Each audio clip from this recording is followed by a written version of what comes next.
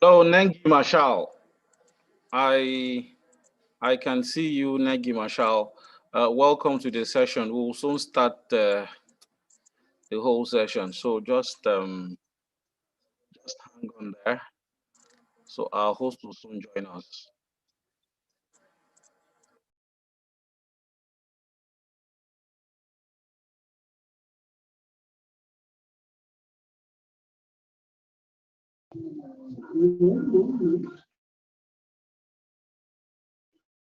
Can you hear me? Yes, I can hear you. I can hear you. Okay. Yes, I can hear you. Yes, so our host, our facilitator will soon join us. Okay. All right, thank you.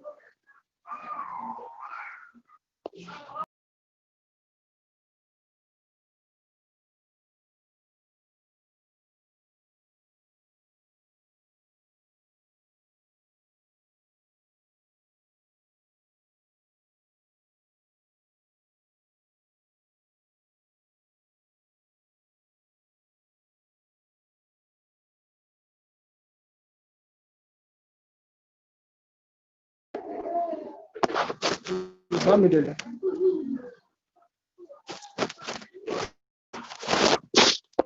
Bamidele. Yes, I can hear you. What kind of document are they coming on? What did you say? What time are they coming on exactly? This is 4:33 p.m. So they should be here by 5 o'clock on the dot.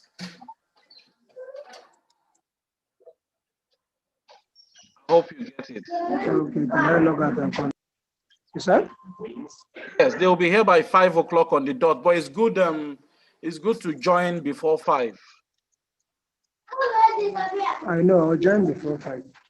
Okay, no problem. No No problem. So that I can do. Okay. It's all right. It's all right. No problem.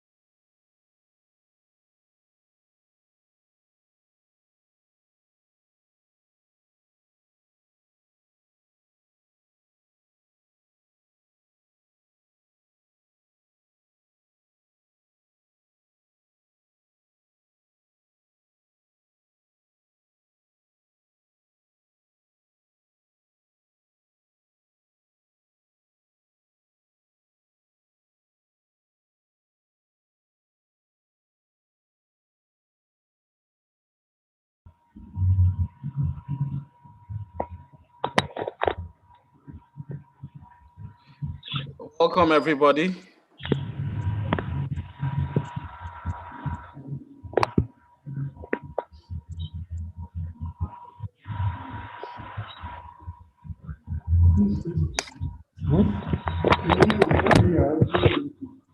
Osjad, you can mute your mic.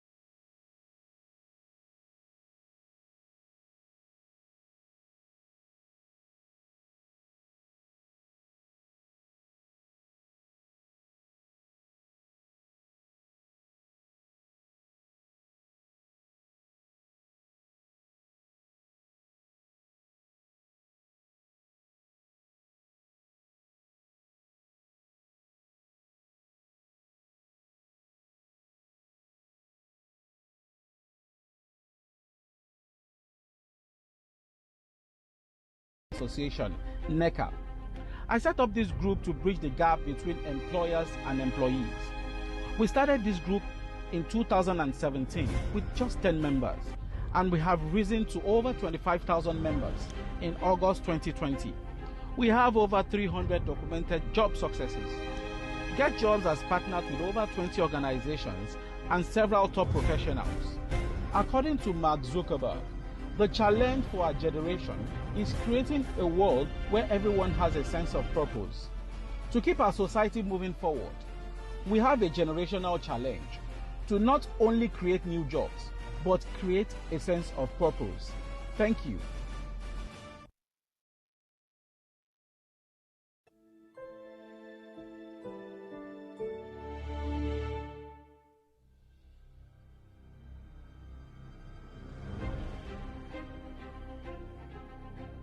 Hello everyone, my name is Bamidele Idris. I founded Get Jobs in 2017, a fast-growing job platform in Nigeria with the desire to bring job opportunities and career development to every unemployed youth. In Nigeria, where unemployment is currently pegged at 23.1% and may hit 33.5% in 2021. This is according to Nigeria Employers Consultative Association, NECA. I set up this group to bridge the gap between employers and employees. We started this group in 2017 with just 10 members, and we have risen to over 25,000 members in August 2020. We have over 300 documented job successes. Get Jobs has partnered with over 20 organizations and several top professionals. According to Mark Zuckerberg, the challenge for our generation is creating a world where everyone has a sense of purpose. To keep our society moving forward, we have a generational challenge to not only create new jobs, but create a sense of purpose. Thank you.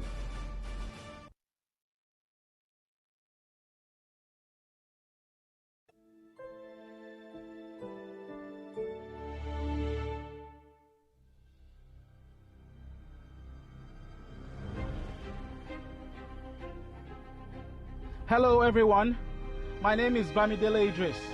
I founded Get Jobs in 2017, a fast-growing job platform in Nigeria with the desire to bring job opportunities and career development to every unemployed youth. In Nigeria, where unemployment is currently pegged at 23.1% and may hit 33.5% in 2021. This is according to Nigeria Employers Consultative Association, NECA. I set up this group to bridge the gap between employers and employees.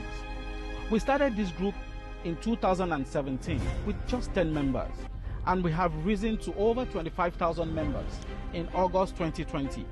We have over 300 documented job successes. Get Jobs has partnered with over 20 organizations and several top professionals. According to Mark Zuckerberg, the challenge for our generation is creating a world where everyone has a sense of purpose. To keep our society moving forward, we have a generational challenge to not only create new jobs, but create a sense of purpose. Thank you.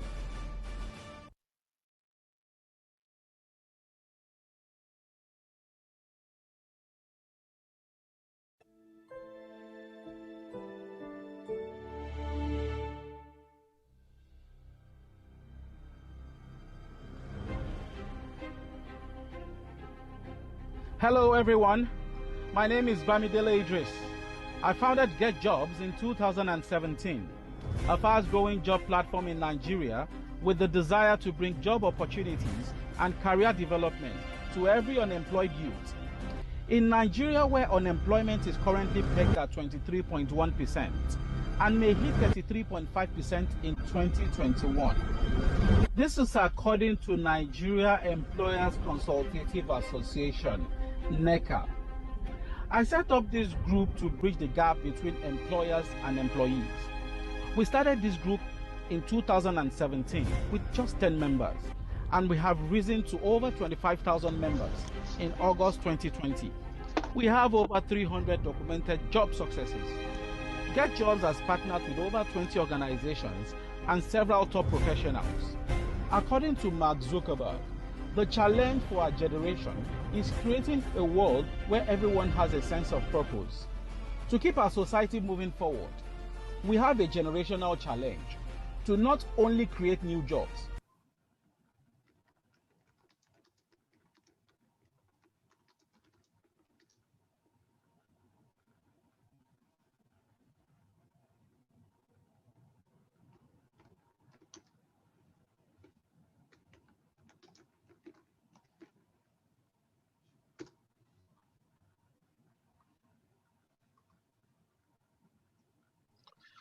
welcome, Doctor. Idris. I'm fine. I'm great. I'm great. It's good to see you. We are Okay. actually, yes, we're I'm actually okay. we're actually waiting Don't for. hear you. Can you hear me now? 1 moment. Soon I'll hear you. Good Hear me evening, now. sir. Engineer Bamidele. Hi, Moshe. Hi. Good evening, sir. How are you doing, sir? I'm great. And you? I'm okay Okay. too. Thank you very Here much, can sir. I join you now? Yes. Dr. Isaac, good evening. Good evening. How are you? I'm okay. How are you doing too, sir? I didn't recognize you with your glasses. Oh. I use it most times when I'm on the system. Can you now? Yeah, it's okay. Okay. It's fine. It's fine. You're welcome, sir. You're most welcome. How are you getting ready? Yes. Let me see. Let me arrange the focus of the camera a little bit better. Okay. Get it down a little bit. No, I have to get it up. Okay, now I'm in the center. Now I'm in the So, center. What was this? The video that ran on the screen before? Okay. That's just a jingle for Get Jobs. Ah, Yes, it's a jingle for Get Jobs. So, while we're waiting for our guest, we want them to be seeing a little activity about the Get Jobs and also the MasterClass initiative. mm-hmm. Do people So, get job because of you? yes, currently we have over 300 documented job successes. Ah, that's great. That's great that you were involved with it, Yes. and you get something from it. It's a non-profit for now, based on the passion. Mm-hmm. Yes, it's based on passion of if I've been there before, so I know what it means to be out of job, Oh, not to I have know. I know what you mean. I know what you mean, and this is a point that I'm going to speak about. yes. Because yeah, people think that when they are out of job, they are thrown to the street. Nobody is looking up for them, and people in higher level in the hierarchy of business are also sometimes out of job. When people are looking, when a company looks for clients, when they don't sell enough, when they don't have enough clients, they're out of job. They're looking for clients. Yeah. That's their job. Yeah. You want to sell your knowledge, and nobody wants your knowledge. This is the meaning of being jobless.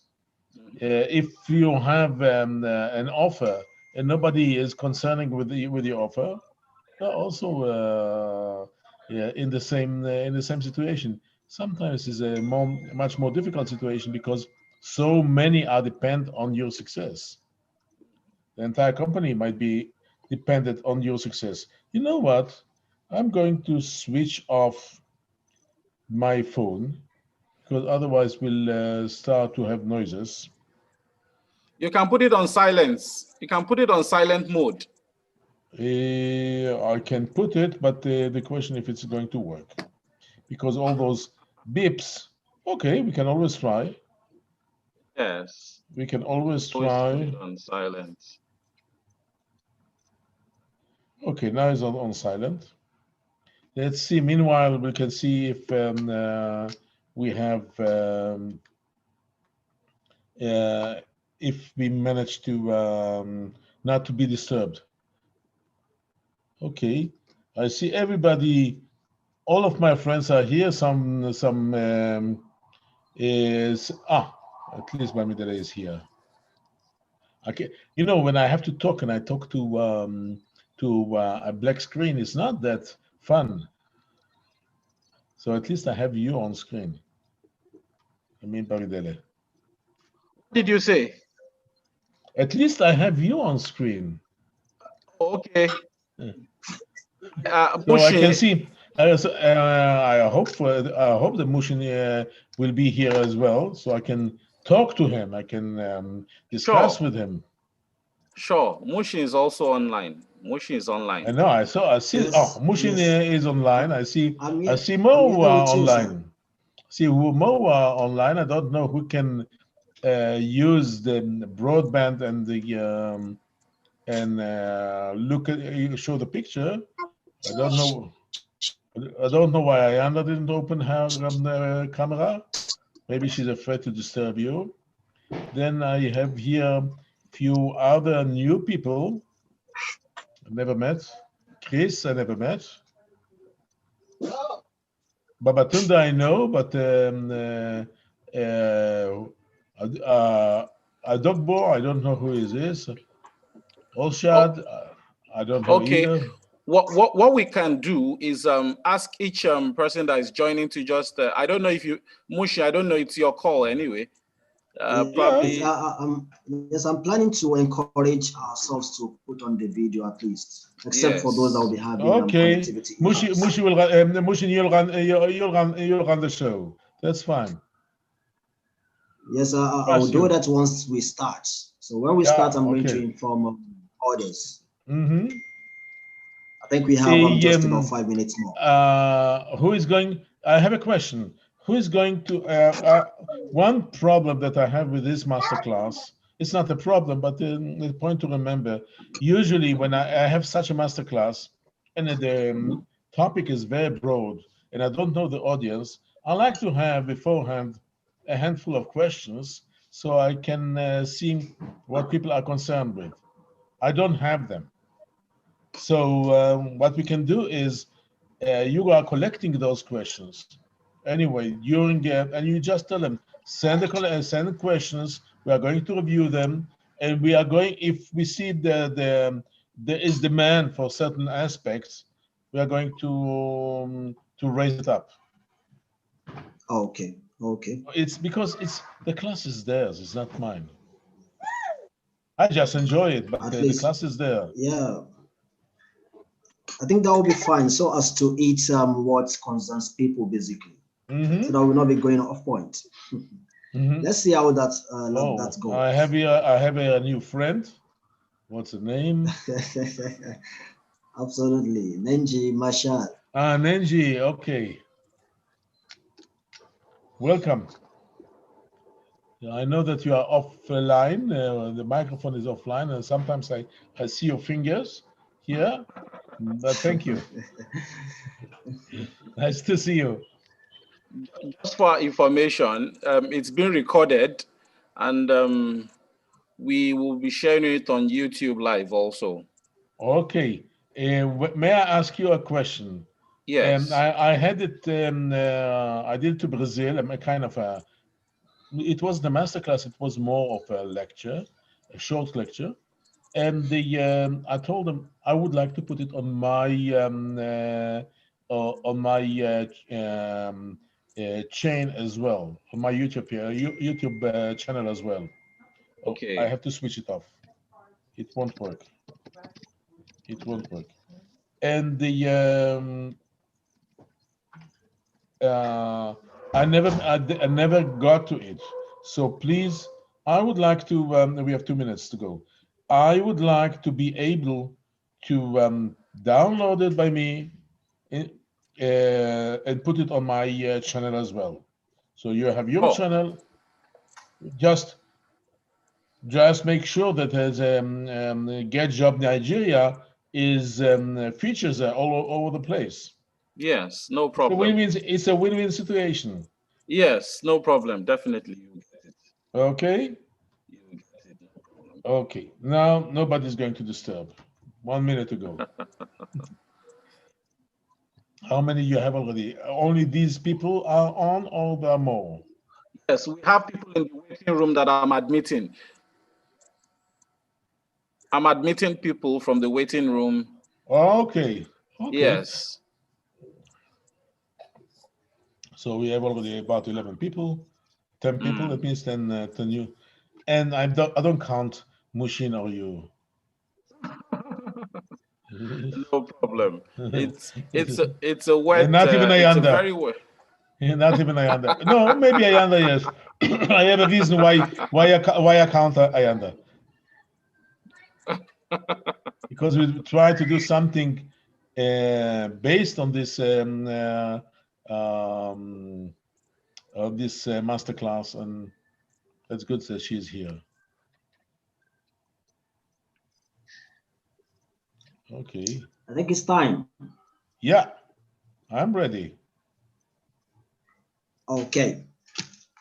Hello, good evening, everyone. It's yet another Sunday live from Nigeria on the Get Jobs platform.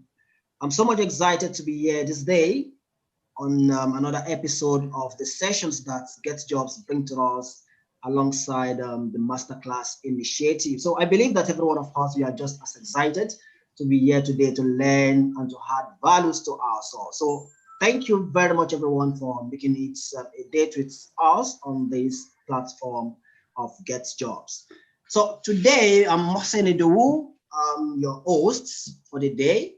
So today we have a very interesting discussion, a discussion that probably some of us in the past we have taken a stake in it.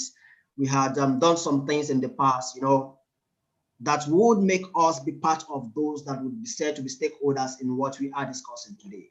And maybe prospectively, some of us will still look forward to doing some things in the future that would still bring us to getting some tools together, strategies together that would assist us then. So we are just all in the right place at the right time to learn those things that would make us better in everything as regards the topic of discourse for the day.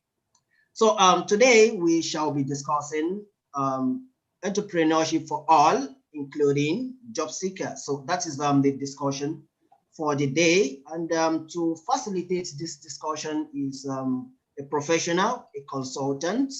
So let me quickly give a bit of his profile so that we get to know him better, and that would further assure us of the values that we are going to be getting at the end of this session today. So the discussant for the day is Isaac Mustovich. So he holds a PhD and is also a fellow of the Chartered Institute of Marketing. He's also an NLP master practitioner. He helps business owners, founders, and CEOs expressing their personality and fulfilling their dreams through their businesses. Side by side of being an outstanding diamond manufacturer and distributor, Dr. Isaac Mustovich badged his PhD in luxury marketing, developing his unique approach to luxury and marketing. His postdoctorate focused on corporate responsibility, leadership, and senior management, about which he published numerous articles and book chapters.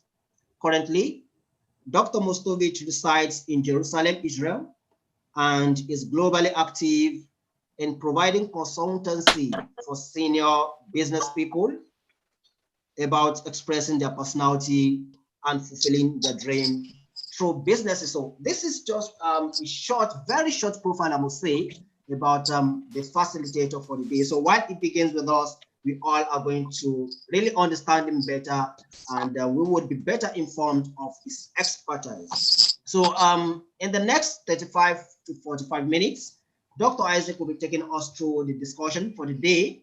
And just after then, we are going to be having a Q&A session for 30 minutes. So I implore us, while the discussion goes on, let's endeavor to drop our questions in the chat field so that I will be able to pick them at the end of the discussion. And probably some of us that we will be willing to voice out our questions. Let's also, signify at that time when we would open the floor for questions and answers. And before we proceed, before we transition into the discussion, let me quickly remind us of the ground rules. And from them basically is that we all should put our microphones on mute. So please, let's put our microphones on mute so that we are going to be able to guard against all forms of interference and disturbance that would affect the flow of discussion. And also, I play with us, except for maybe some of us that we have connectivity issues. Please, let's endeavor to put on our videos. At least it's necessary that we start putting faces to the names that we already know, so that maybe when we meet ourselves some places, we are going to be able to identify ourselves better. And also that will assure our participation and involvement in the all of the discussion. So thank you again, Get Jobs and the Masterclass Initiative for bringing us this opportunity and for bringing us the resource person that probably we couldn't have had access to. So on this note, moving straight forward, I'm going to be inviting Dr. Isaac Mustovich to begin his presentation on the topic, entrepreneurship for all, including job seekers. Thank you everyone for coming once again as we begin to listen to Dr. Isaac Mustovich. Thank you, Doctor, for coming. You have the floor, sir. You are most welcome. Thank you, Mushin, for introducing me. Just telling my biography won't help too much, but most probably during my presentation, I'll refer to my experience and stories in my past as examples, as something that we can draw a lesson from. So you'll know, hopefully by the end of this session, you know better about me than before. I would like to start with one question that I was asked, why don't I have a PowerPoint presentation? And let's go back about 50 years ago to the 1960s. I imagine that most of you heard about Martin Luther King and his famous speech, I have a dream. He said, he spoke in front of 250,000 enthusiast listeners, and all what he had was a microphone. In front of him, wow. He delivered the speech, and that's it. And everybody was mesmerized. Not only those who were present, the 250,000 people, but many more others for years and years and years, and his speech was still valid. What he said, the first sentence of his was, I have a dream that one day this nation, referring to America, will rise up and live out to the true meaning of its creed. And that's what made him immortal. And the question is, what would have happened 50 years from now if Martin Luther King would come today and will make the biggest mistake of his life, doing a PowerPoint presentation? And it will go like this. Welcome. My name is Martin Luther King. I was asked to tell you about my dream. So this is my agenda of today. Number one, what is my dream? Number two, what is the situation of the Black people? Number three, what is the wish situation? And then number four, what are the benefits of this wish situation? And then he would follow by several slides showing some data, and with the PowerPoint you can show the data in two-dimensional, three-dimensional, showing graphs and tables and whatever. And by the time he presented his agenda, before he even would start to deliver his ideas, nobody would be there. There's no already. Huh? Excuse me? What did you say, Mushin? I said, how the hotel will be up already. Yeah, people would run away. This is not what he wanted to deliver. Because when we do a PowerPoint presentation, we are so busy with what kind of fonts we are going to use. Do I put the slide first on the other slide or the other slide? Do we put here a picture, a drawing, a caricature, maybe insert a certain movie? Should we put it on the left-hand side or the right-hand side? We are so busy doing this presentation that we already forgot what we want to say, what we wanted to say. And especially when we talk about entrepreneurship, this is not what entrepreneurship is about. I was introduced to the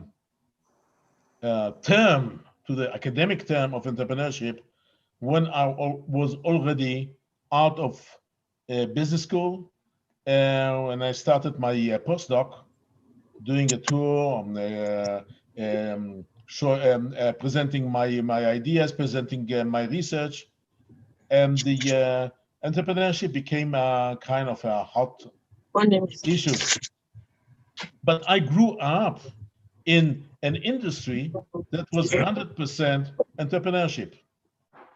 I started my career in the diamond business, and in diamond business, at least at that time, each and every participant was an entrepreneur. What does it mean entrepreneur? I think the best example was something that I heard from a friend of mine. I hope he's still alive, Naftali Klein. It was in the early 90s, in the early 80s. We were clients of the Beers, and toward the end of the year, we came together and they presented I presented us what we should expect in the year to come. They wanted to listen to us. And this Mr. Klein stood up and said one word: "You don't understand. Diamonds is not my business. Diamonds is my life." That's what entrepreneurship is about.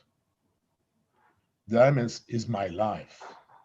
Now, when you go now and want to read or research something about entrepreneurship, you'll find some professors who can talk about, but they were never entrepreneurs. They made all kind of research, built all kind of theories. Nothing. This is not what entrepreneurship is about. Entrepreneurship is about how do we feel, how do we express ourselves. Martin Luther King had perfect English. He was an excellent speaker. But believe me, if his English wasn't on par, his message would go through, because his heart was there. He was ready to give his life. Actually, he gave his life. He knew, he was very much aware of it, that his life are threatened if he continues his way. And nevertheless, he was giving his life for his cause. That's what we call entrepreneur. This is an example of an entrepreneur, somebody who is really involved in what he was doing.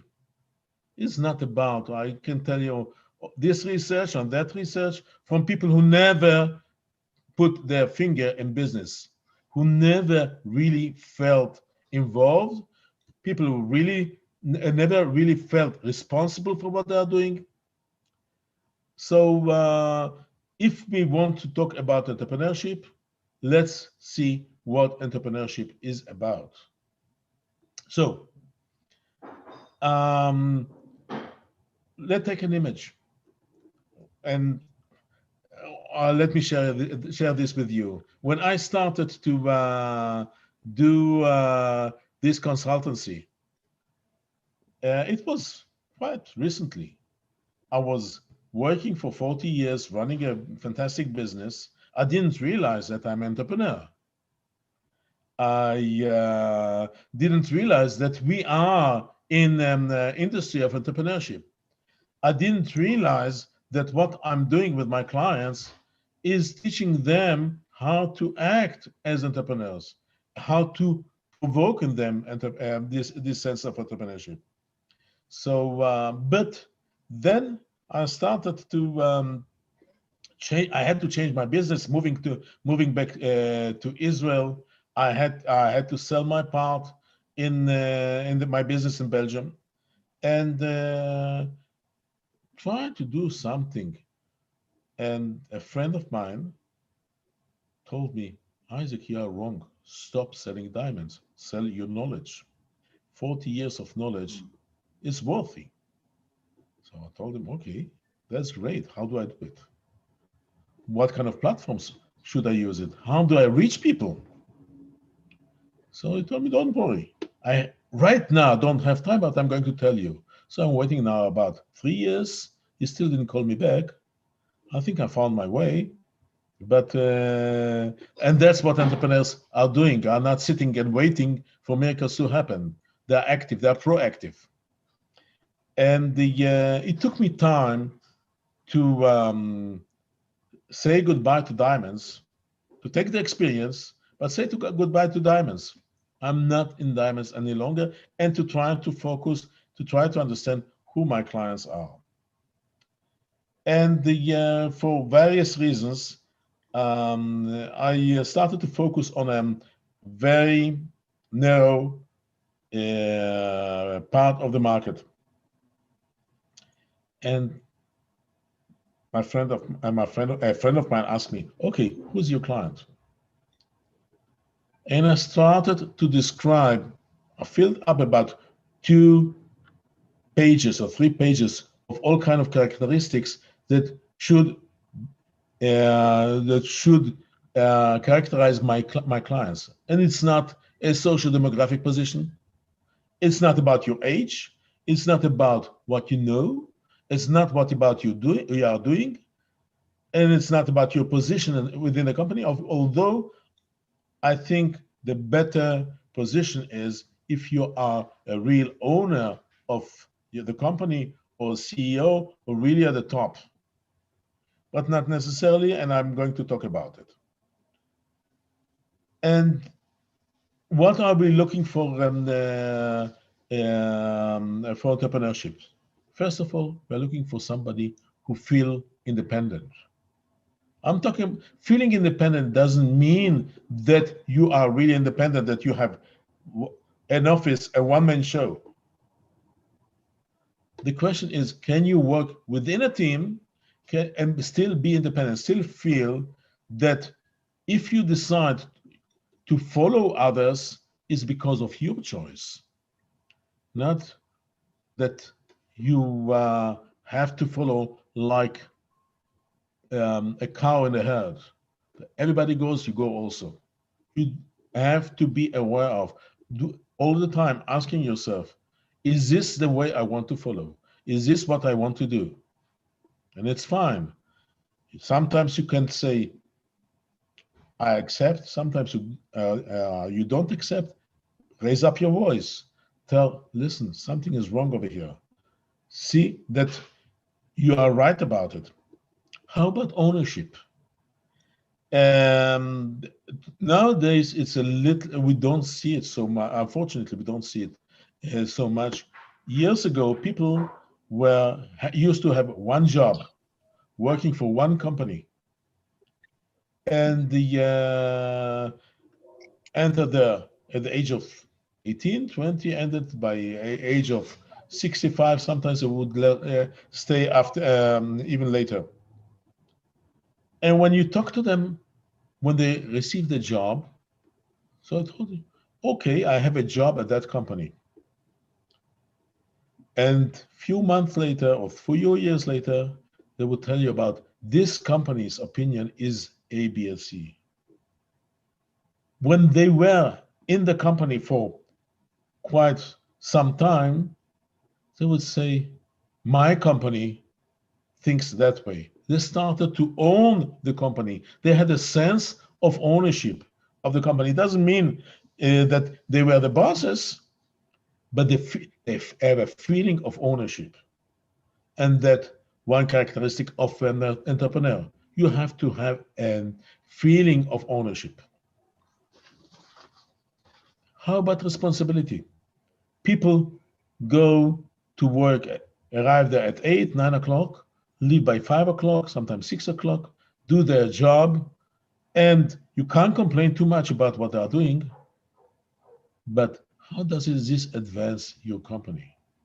Do you know what kind of contribution to the company you bring? Many don't realize, don't even think about it. I got a description, that's what I have to do, that's what I did. I did it very nicely. And did it support the company? Do you feel responsibility that what you do really moves your company forward? Because if it's my business, I don't care if I work 1 minute or 24 hours, 7 days a week. Every single step should be viewed in this way. I have to feel responsible for what I'm doing. I have to feel responsible for the company. And what about high morality? If it's somebody else's company, who cares? As long as I'm not caught, I'm fine. I can cheat, I can steal, I can act immorally, but it's not my company. What do I care too much? If it's my company, if I'm going to suffer from it personally, if I feel bad because I know that I cheated myself, then we can talk about entrepreneurship. One of the issues that, let's start from the bottom up. One of the issues that I was involved and passed receiving my PhD is corporate social responsibility, which means that the corporation has to have certain social responsibility, whether it means responsibility toward the people that are within the company or people who surround the company, maybe the environment around them. And I hate the word corporate social responsibility. Why corporate? And what if something gets wrong? Who is responsible? The corporation? Forget about it. Because all who manage this company from top to bottom, as long as are protected by rules and regulations and by law, they are not responsible. If you know that you did something bad, regardless to rules and regulations, nobody can sue you. But you cannot look at your face in the mirror. That's responsibility. That's something that is worthy. That's what entrepreneurs are doing. Yes. On this note, you mentioned that the individuals that are wrong in this situation cannot really be sued. But what if they sue the company itself? Would it not still translate to the individuals? I didn't understand you. There are two. One thing that I've learned is that I never relate to the corporation. There are people who make up the corporation. When you call corporation, is already a shield to protect you from people who are going to blame you, because the corporation might be blown away and the people are going to seek a different job. If it's your business, if you your own responsibility, you are the last one to abdicate the ship. The ship is going to sink and you are going to stay on board because you feel responsible for it. You are the captain. And it doesn't matter if you are the captain or the sailor of the lowest rank. If you feel that this is your responsibility, you are going to stay on board. Another aspect for good entrepreneurship.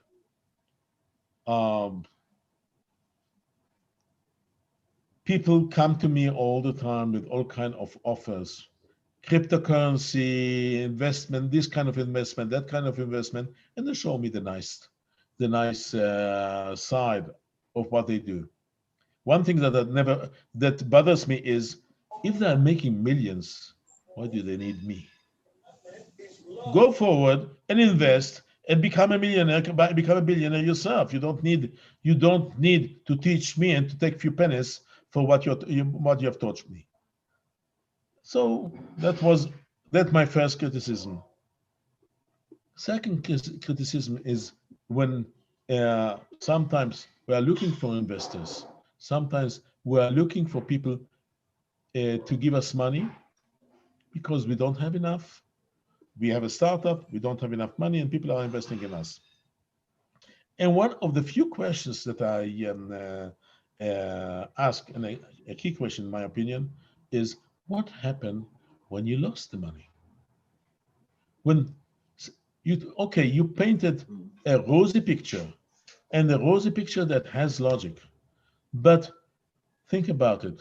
A year ago, only a year, less than a year ago, 9 months ago, who ever heard about the COVID pandemic, and who ever thought about this kind of transformation that the entire world went through? We thought that the economy is booming, and all of a sudden, everything came to a halt by surprise. Now, what happened when your suggestion, your investment failed? How do you feel about it? And I know about startups. Don't care. Okay, this startup didn't succeed. Let's go to the next investor. Where is your responsibility for the money that is not yours? So you think I'm talking about business, about big businesses, but I'm talking actually here about even job seekers of the lowest level. Somebody who just went out of school, became let's say an engineer, or somebody who didn't even enter the school and just at a certain age seek some kind of work. I had somebody called me to help him with a job. He was from a foreign country. I told him I'm not doing a job placement, especially in your country. I don't have connections. I don't know how I can help you. But let me ask you one question. He told me for 2 years I'm looking for a job, for an engineer job, and I didn't find it. I told him, why do you need this engineer job? And he came and told me, listen, I have children, I have family, I have to feed them, I have to put a roof on their head, and if I don't make enough money to feed them, they are going to suffer. So I told him, why? How is your qualification as an engineer makes you help your family? If you need to help your family, go on the street and beg for some money. This will bring you money. Maybe not much, maybe it's not honorable, but if your goal is to bring money, that's how you bring money. Go and take from the public some money. So a few pennies, you are not going to be the wealthiest man in the world, but at least your children are not going to suffer from hunger. And then he told me, no, but I studied for an engineer. I want to be an engineer. So you want to be an engineer, not for the money, but for something else, for a different reason. Now go and look what is the real reason why you want to be an engineer. It might be pride. Definitely. No one really doubts that. It's for money. If it's for money, go and beg money. If you don't find job, you may have the best diplomas on the world. This is not going to feed your family. If it's absolutely it will not. So go and believe me, between being a beggar and being an engineer, there's a huge gap that you can feel fill it up with all kind of jobs. Let me tell you, I have 3 professors, 3 mentors that I worked with them at a certain point. The first one was a mechanical engineer, but he continued with his PhD. Today is one of the leading, world-class, leading expert on brands. Second one, Leslie Deschanotony. Second one, studied English literature in Oxford, but English literature. What can you do with studying in English literature? Not much. He became one of the top marketing professor in the world. He is the top marketing professor in the UK. You mentioned, I think you mentioned that I'm part of Chartered Institute of Marketing, which is as a professional organization, is the best professional organization. He is on the top of it academically. Malcolm McDonald. And then my own professor who supervised me through my PhD, and then we worked later on. She is an expert on the CRM, on corporate social responsibility.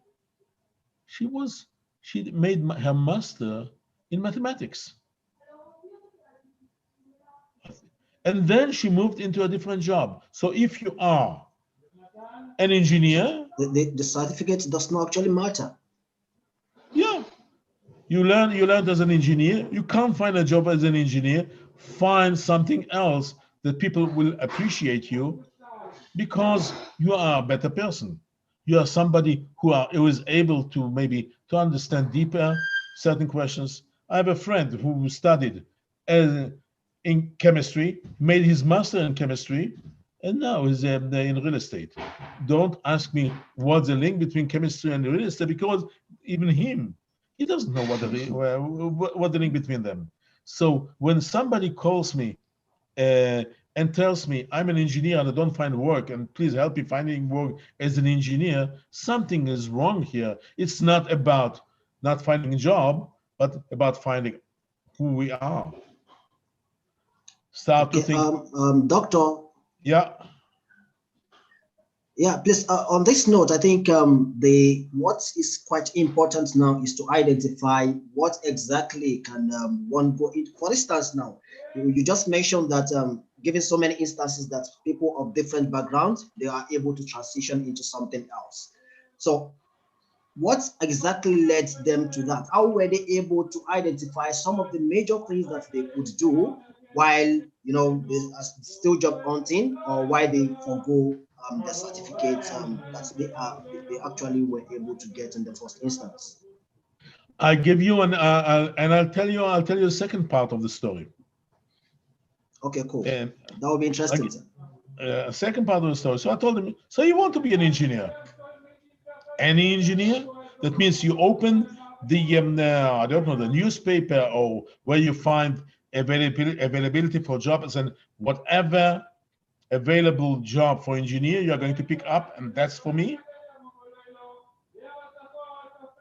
And I told him, you're not going to work at any job, because maybe your qualifications on your CV are suitable, but we know that people are hired because of their CV, about their qualifications. That means if somebody studied literature, he's not going to be hired as an engineer or as a doctor, as a physician, but they are going to lose their job because there's a difference in personality.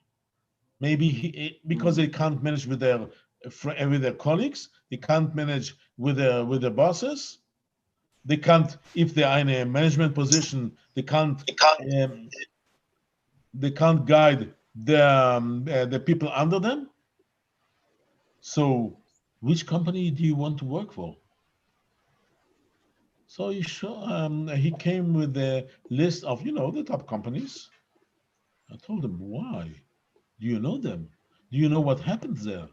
Did you visit the company and check for yourself that the atmosphere there is the one which is suitable for you?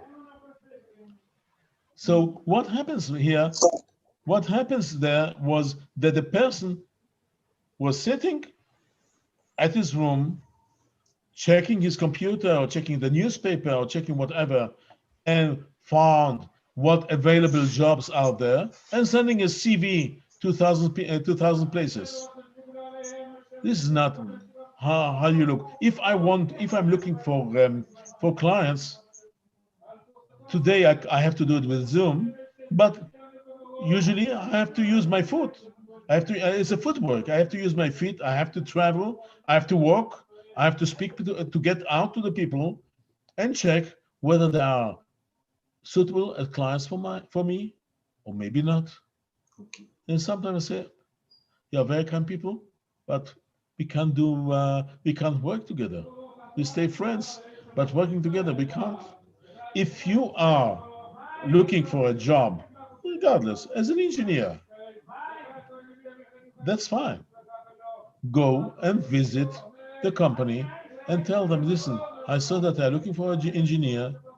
What is actually the job? Who is going to be my boss? Who is going to be my friends? How the situation in the office is? Now you have to be clever because not everybody will let you in. Make you a tour of the premises, but start to be smart. Ask kind of call the company, figure out maybe you have a friend there and you can get some information. Maybe you talk to the secretary and tell her, listen, I am looking into applying into a job there. I consider working with you. Can you give me some background not about your job, because you are a professional, you already know what you have to do, but background about the environment. And if you are lucky and you walk in once and again, and I know about stories like this, you walk in once and again, they remember you. And when the opening is there, they call you instead of you calling them. Cool. I know about somebody who was looking for he had to bid for a business. He was a small company. He could do the job, but it was a small company. The people he had to compete against were large, established companies. And those who asked for the bid, the company which asked for the bid, invited them all to present them what they're looking for. Everybody was asking kind of questions and he kept silent. After everybody was satisfied because those people didn't really care, they just needed the information so they can present their offer, the guy stayed and asked the boss, excuse me, I had to keep silent because they were too noisy, they were too big, too important. But I have some questions. I don't know if I can offer you, I can even bid on it because I have some questions. And he started to talk to that gentleman. And as he was talking to that gentleman, he discovered that their needs are slightly different. So I asked him, why do you ask for this and not asking for that? And maybe we can change it. Maybe we can make it better, make it cheaper, making this. And the guy looks at it and said, and can you do it? Can you offer me something? If you offer me, you got the business. He got the business. That's what I call involvement. So regardless to whatever you are doing, get involved in what you're doing. Don't let them have a feel of you. Yeah. Don't take things at face value. Start to ask questions. See if you understand what the person wants. There's a wrong saying that the customer is the king. You know, a king tells you what to do and don't ask questions. Follow. Customer is not the king. The customer is not the king. The customer is your boss. And I have seen too many bosses. And you know what the best way to reach the boss? Through his secretary. Be a friend of That's his the closest to secretary. it. She knows everything. She knows everything. I remember my wife when she wanted to register my daughter when we moved back to Israel, and she wanted her to go into a certain school. She didn't even ask me. She didn't even tell me. And the principal didn't behave so nicely. So she went to the secretary. You know, between women, she cried her heart. And the women asked her, listen, I recognize your name. Do you have a family in Tel Aviv? And she told her, yes, my husband is from Tel Aviv. And I think I know her. I know him, she told her. She called me from the office and we chit chat. I didn't see her for 45, 50 years. But we knew each other. All of a sudden, everything was open and she arranged for another appointment. So before she went to the appointment, asked her, and who's the principal? Ah, the moment I knew who the principal was, I knew I got it. Because I knew the family. Case closed. I knew the family. His brother was a good friend of mine, classmate. Everything. Him, I didn't remember because he's older than me. So when we went to the appointment, I look at him and I told him, "You look exactly like your father, like your late father." Did you know my father? Of course I knew him, and I told him he was living at this street and this number at that floor, and I'm a friend of your brother. Business is closed. I got it.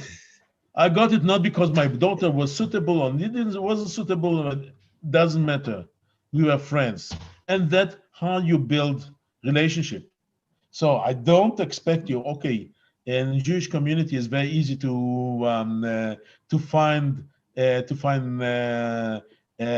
connections.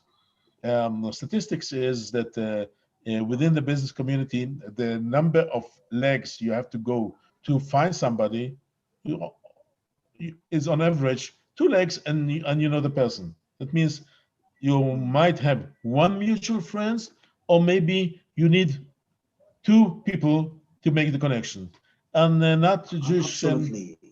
non-Jewish community. Non-Jewish community is about. There's a saying that you have 3 or 4 persons away from anybody in the world. Usually in the West is about 6. So try to get to the 6 steps. It's quite more difficult, but you can build relationships. That's how we build relationship. Try to figure out the person behind the business. People don't like to expose themselves. For example, I'm looking now for, as always, I'm looking for clients. So a friend of mine told me, I'm going to help you. I'm going to send you a list. He sent me about 20 people and told me, tell me, ask to be in connection with them, and I'll introduce you. So I can show you an entire list. Some expose themselves a little bit. You know that they are busy socially. You know that they have a certain political inclination or whatever. Most of them, pure business. That's what I'm doing. That's what I'm doing here. This is my company. They don't even talk about themselves. They talk about their company, how successful their company is. And I'm not ashamed to tell, that's very nice. You have a very nice company. Who is the person behind it? Who are you? So, Dr. And Isaac, I think this aspect is a very interesting one. And like you also mentioned earlier, that while you are looking for, seeking clients that would run businesses with you, after leaving your houses, after, making some researches, putting out some calls, you are able to identify who your clients are, who your suitable clients are actually. So I would say, what exactly are the indications to that? How are you going to, how do you get to know who your suitable clients are? What are the yardsticks? okay, okay. There's no, first of all, there's no recipe for this. But you have to remember one thing. You have to remember one thing, that if you want somebody to get from you something, is because you touch their sour points. That's what you do in marketing. You suffer from something. You know that your client suffers from something, and you say, "I think I can help you. I can fix it. I can fix your problem. This is what I offer that can fix your problem." And if you are able to show them, to convince them, to win their trust that you can help them, they'll stay with you forever. They are not going to look into a different offer, a cheaper offer, or whatever. Now, if you are seeking a job, who is looking for a job? I have a business, and people ask me, can I work for you? And I told them, I don't need you. I'm not looking for people who are going for me. But if somebody says, I need people, I need people to work for me, I need to fill up certain jobs. Why?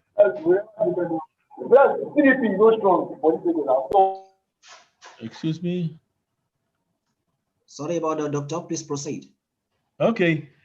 People they are asked for people to. I'm looking. We are hiring now. Please apply. Why are you hiring? What do you miss? What is your problem? What happened? Maybe somebody left a certain job, and you go and ask, okay, what did he do?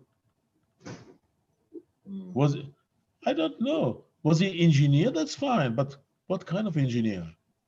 I know that I can tell you about now my son, my older son, switched jobs. He's an electronic engineer. That doesn't mean not much, because he's already in business for 15 years, switched several jobs over time, and the moved from one job to another, all the time improving, upgrading. His job that he got now is very, very, very specific. And that's what they were looking for. And that's why he only needed one Zoom interview and one recommendation that people told him, that they called him and told him, you have the job. Because he knew exactly how he can fit into this bracket, into this box that they were looking for. It's the same thing if people are asking, the description is so wide, the description is so flimsy.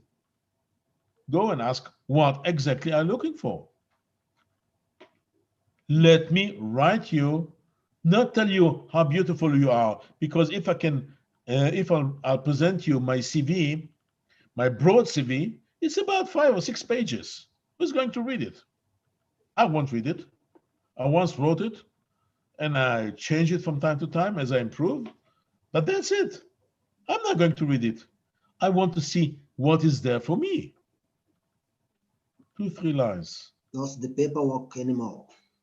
The value of the CV, kind of, you have to give CV because you have to show that, to show a certain respect, because there's the customs that's what you're doing. But you have to show, listen, you are missing this, and here I can adapt exactly to this. You have to be able to justify why you.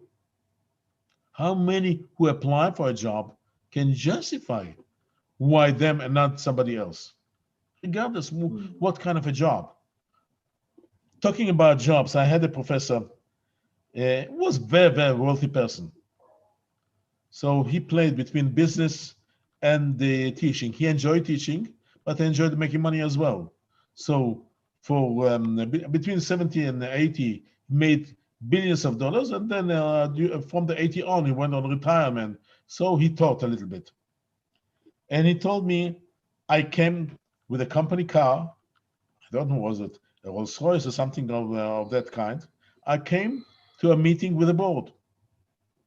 As I stepped out, I saw the cleaning man sweeping the entrance, and he went with the these kind of brooms, very wide brooms that you have to go with two handles and go like this, cleaning.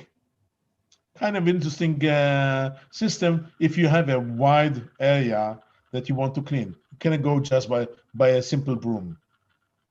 He looks at it and tells him, "Hi, that's interesting. May I try it?" I told him, "Of course, go ahead and try." So you can imagine that the CEO, the owner of the company, goes and tries to clean to sweep the floor. And this guy had the laugh of his day. He told him, "You don't know how to do it. So please teach me." So he taught him. They became the best friends. And I remember when he came back to class, he told us about this experience and told us, listen, he was an expert at his area.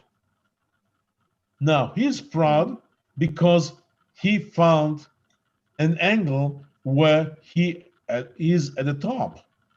He might be the lowest in the rank, but he's at the top because he's an expert, because I couldn't do it. I couldn't do what he did. And I'm happy because he taught me something that let me think about something in the future, and we became very good friends. So the same thing when you're looking for a job, can't be too wide. Why that job? Why not another one?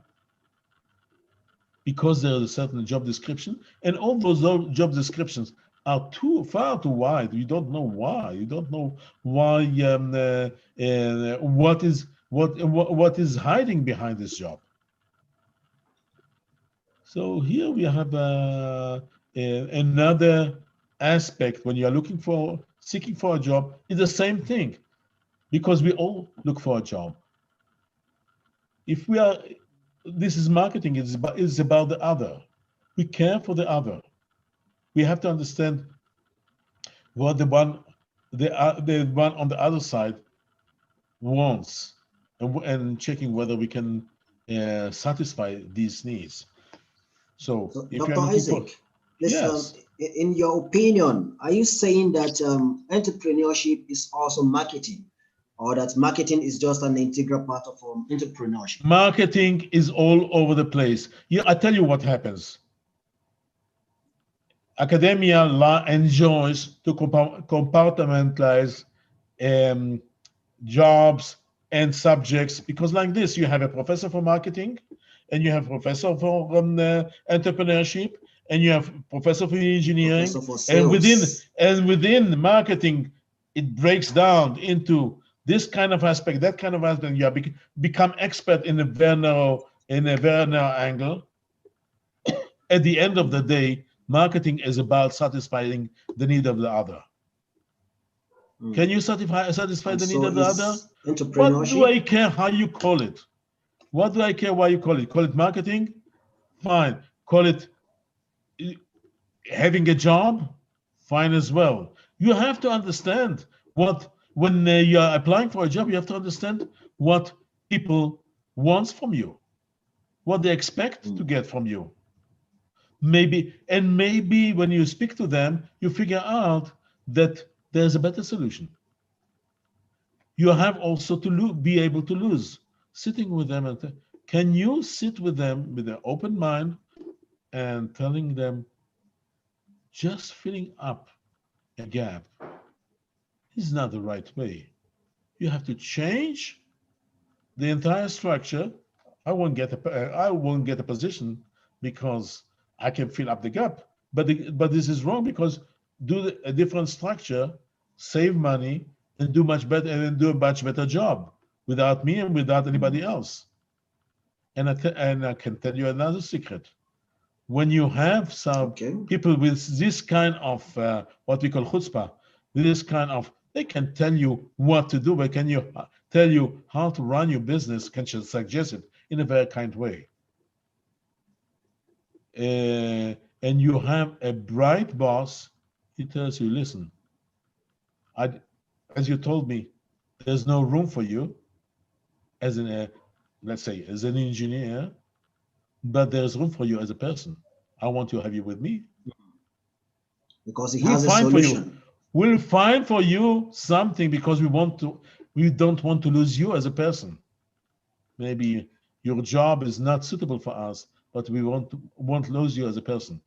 And then this is how you build a great business, based on the people who are there and not on the job that they fulfill. Oh. So, Dr. Isaac, thank you very much. I think we have about 10 minutes to round up the presentation. So, and you began mentioning some characteristics of an entrepreneur.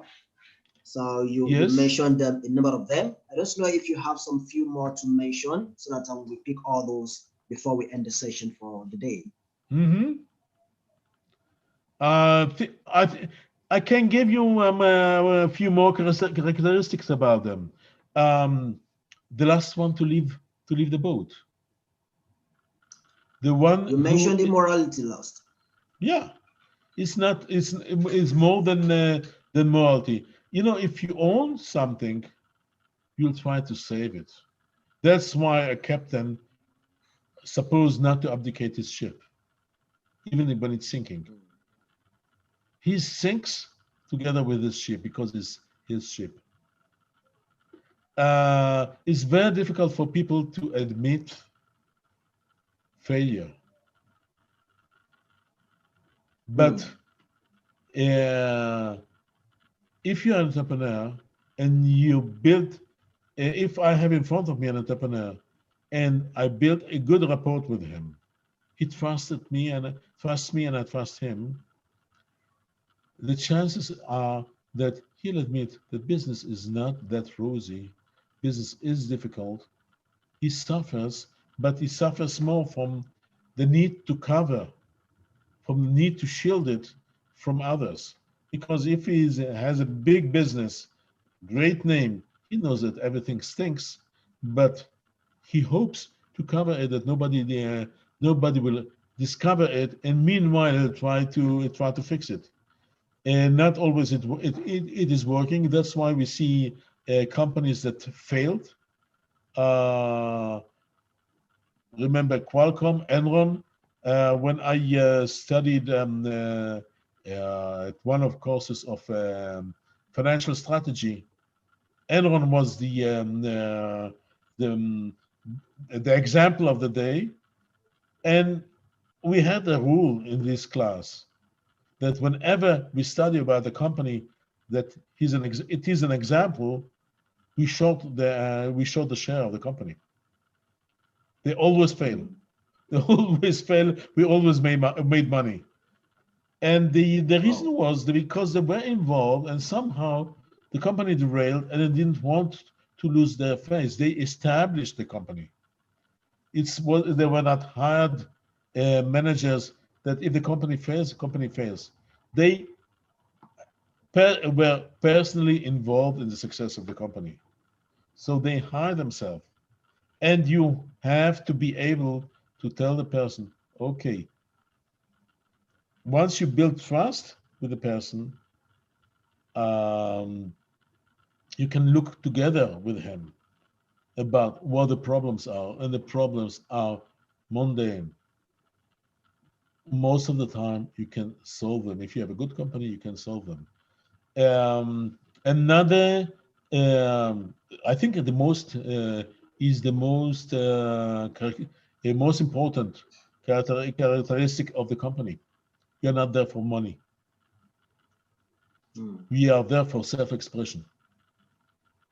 You feel something You remember, look at Martin Luther King. What did he got from it? A bullet in his head. He had a message and he felt that he has to deliver it, even if he's going to pay for it with his life. If you have a business, ask yourself, is it worthy to die for it? Is this what I want to be remembered for in the years to come? And it's not money. But when we go back to my story with a friend of mine who asked me to help him with a job, to find him a job as an engineer. You want to have money? Not necessarily you have to be an engineer. You can do whatever you want. If you want to be an engineer, why? Explain me. What makes you, being an engineer, what makes you better, a better person? Somebody who is going to be proud of what he did in his life. That when you are at the last moment, when you're almost closing your eyes and you look back at what happened to you, you say, it was great. I did something great. I did something great. And this something great somehow connected with the fact that you were an engineer. Not always. That's a question you have to look for. And that's what makes an entrepreneur. And everybody can become one. Everybody can become one. Everybody can become one. Yes, there are times that we know so much fears as regards venturing into entrepreneurship, probably because of the witness failures around, from peers and so many businesses that we have around us. So how exactly do we grow that mindset, and how do we manage the failures? So as an ending note to the presentation, sir. Okay. You moved, and there's a mental block here that many care. This is something that I try. Let me put it again in a very open way. If you go through what I told you, it's not about business. It's about personal expression, about who you are and not what you do. And who you are can be in any job, in any position. Of course, I have a difficult in my profession. I have a difficult position because many will help you to understand who you are, but not many will try to explain you who you are within a business realm. That's what I'm doing for life. So you have to understand within business realm, what are you doing? Because most of the time you spend on business. Most of the time you spend on work. So better be there, not spend an hour a week when you have time on self-improvement. Take where you most of the time is spent and do your self-improvement over there. And it's not the money that you are making, although when we are in business, we try to make money, and we will make money. Absolutely. But it's about how satisfied we are. Let me share with you a last story. 40 years ago, I was a teacher for 1 year. I had to be a teacher, and I was a teacher for 1 year.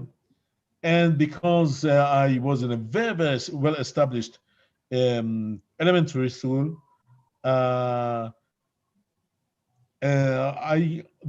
students that I received were students who couldn't fit into the class. They needed a special attention. I got a boy from first class. It was December or January, and the teacher tells me he can't read, can't write. Already few months into school, and most of those children started to learn to read and write a year or 2 years before. So I told him, okay, bring him to me. And I started to talk to him, to interview him. And I realized that he can, with terrible mistakes, with terrible problems, difficulties, but he can read and write. And what he missed was self-assurance, because somebody told him that he is making mistakes, and he kind of closed himself, or he had all kind of troubles. So I spent a few weeks with him, opening him up. And after a few weeks, I asked the teacher, and how does it go? He told me, he's a new boy. He gets involved in class, he reads and writes, and everything is fine. Okay. 25 years later, I walk with my wife on the street here in Jerusalem, and a young couple crosses the street, approaches me, and they were with 3 babies, with a stroller, and the guy tells me, thank you. I look at him, who are you? You don't remember.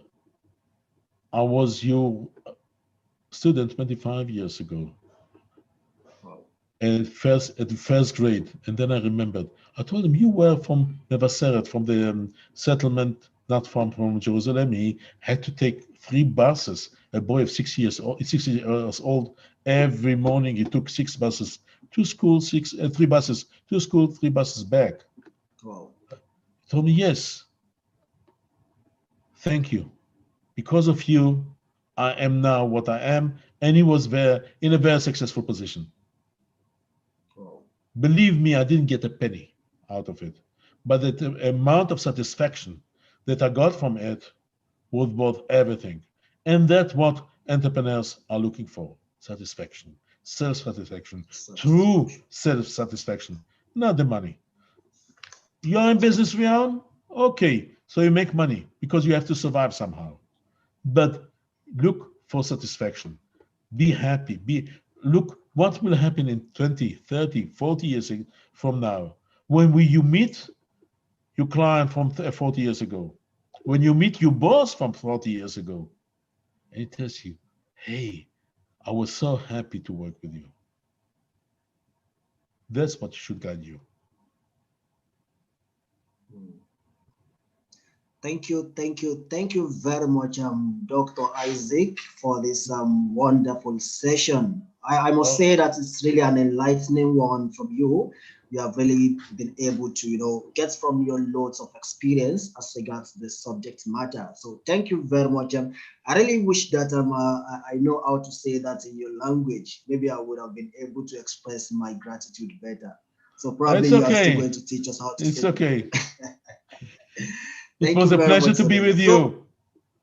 Yeah, it's even more of our pleasure. So now we are going to take some few questions. So there are some questions already on the chat field for our facilitator to give responses to. So Dr. Isaac, I'm going to read out the questions to you while you answer them, sir. Yes. Okay, cool. The first question here says, and the question is from the social media platform. I think some of those probably that's watching live on YouTube. So the question is that, is it possible and rational to go back to look for a job where you can practice what you studied in the university after working for a few years in something entirely different from what you studied? You had transitioned into something else. Is it possible and rational to go back to what one studied in the university? It's up to you. It's up to you. You find a position and ask yourself, can I fill up this position? What exactly the position is? For me, the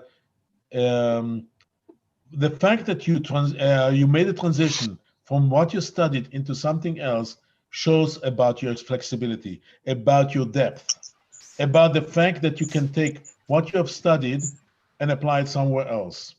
So what's the reason why not? Why can't you implement it back into your old job if you want to, if you feel that this is right? So the main problem is that the job descriptions usually is very flimsy, very wide. It doesn't tell you much about what the job is. Definitely doesn't tell you about the human side behind it. If they might tell you that you have a fantastic job, billion salary, but later on you discover that you have you have a nasty boss and bad environment, and that you hate it from Monday morning until Friday when you go back to when you go back home, um, puts a pressure on you. You start to suffer from all kind of things. Who knows? Go and figure out. The fact I appreciate one thing. You started for something, you moved to a different job. It tells me something about you. You are flexible. You are okay. You have chance. Look for an opening. Good chance. What else? You have another question? Okay. Yes, sir, we have another question here. And the questioner says, I'm more drawn to the HR line, that is human resources, but currently in quality control. The person probably is, he has a background in human resources, but currently working in the department or the field of quality control. Is it possible to switch? If yes, what steps do I need to take to change my career path? What are the steps? This is similar to the first. You want to give me to give a recipe for something that I'm not familiar. I'm not familiar what your qualifications are, what your job is, what the job that you are looking for, what are the details, and even then I'll have to go and research it. So my advice is, instead of asking me, ask yourself. You know what you know. You ask yourself, I want to improve, I want to change, I want to go elsewhere. And ask yourself why. Figure out for yourself. Don't ask somebody else to give you one. I can give you hints, but don't ask somebody else to do your job, because it will be his job and not yours. I had still a friend of mine on LinkedIn, and I'm posting regularly on LinkedIn, and she started to comment on my posts, and then she told me, so what questions do you ask your client when you start interviewing them? What is your first question? Second question? Can you give it to me? I told her two points. Number one, I don't know what question I'm going to ask. I listen to them. Number two, if I knew, I wouldn't give it to you for free. And then, if you ask my questions, it's not you, it's me. Don't try to mimic me. Be original, be yourself. So if you have questions and the question is great, try to figure out. Make a test. Be entrepreneur. Fail once, twice, third time you won't fail. You learn from it. Failure is just a chance to get a good feedback about what you were doing. Ask yourself, why did I fail? Don't blame anybody else but yourself. Because if you blame yourself, you'll figure out how to get out of it. All right, thank you very much, Doc, for that. We still have, I think, 2 or 3 more questions. So this one is about, the questioner says that you mentioned during the course of your presentation that we should visit organizations that we wish to work with. So, and the person mentioned that this could be really difficult as regards it's tough. It's impossible. The nature of some of the organizations. Of course, it's tough. It's difficult. And look at I am more familiar with the high tech here in Israel, with all kind of electronic devices that won't let you enter the premises without permission. But try to figure out how you can learn something about the organization. Call. Okay. Telephone, email. Telephone is even better, but telephone, email, try to figure out if maybe you have a friend of a friend who works in that organization. Try to ask them how they can help you to understand better. Tell them, I want to apply to a job in that company. That's a job. How about this job opening? Is it worthy for me to go into it or not? What are the conditions? I don't care for the professional qualification, but they might tell you, listen, these are great people. You fight for it. And then I start to give you names. Work out your way. And it depends. I have not a fight, but selling for price. I'll sell it for the cheapest price possible. My professor tells me that the average is 5 to 10% of the market will buy on price. I told him, Malcolm, you are wrong. I can sell you everything at huge margins. And then when we looked at the example, I do this example, selling something at the margins of 20,000% and more, and people know about it, and they're still going to pay. But I told them, you know what the difference is? When I do it in a lab, when I do it in a presentation, when I do it in a class, I don't care for how much time it takes me, and I don't care how much money I'm going to make for it, because I can end up with making $200 or $300 just for the fun. I'm not going to work for 2 hours for $300. But as an experience, I can show you that everything can be sold at high margins.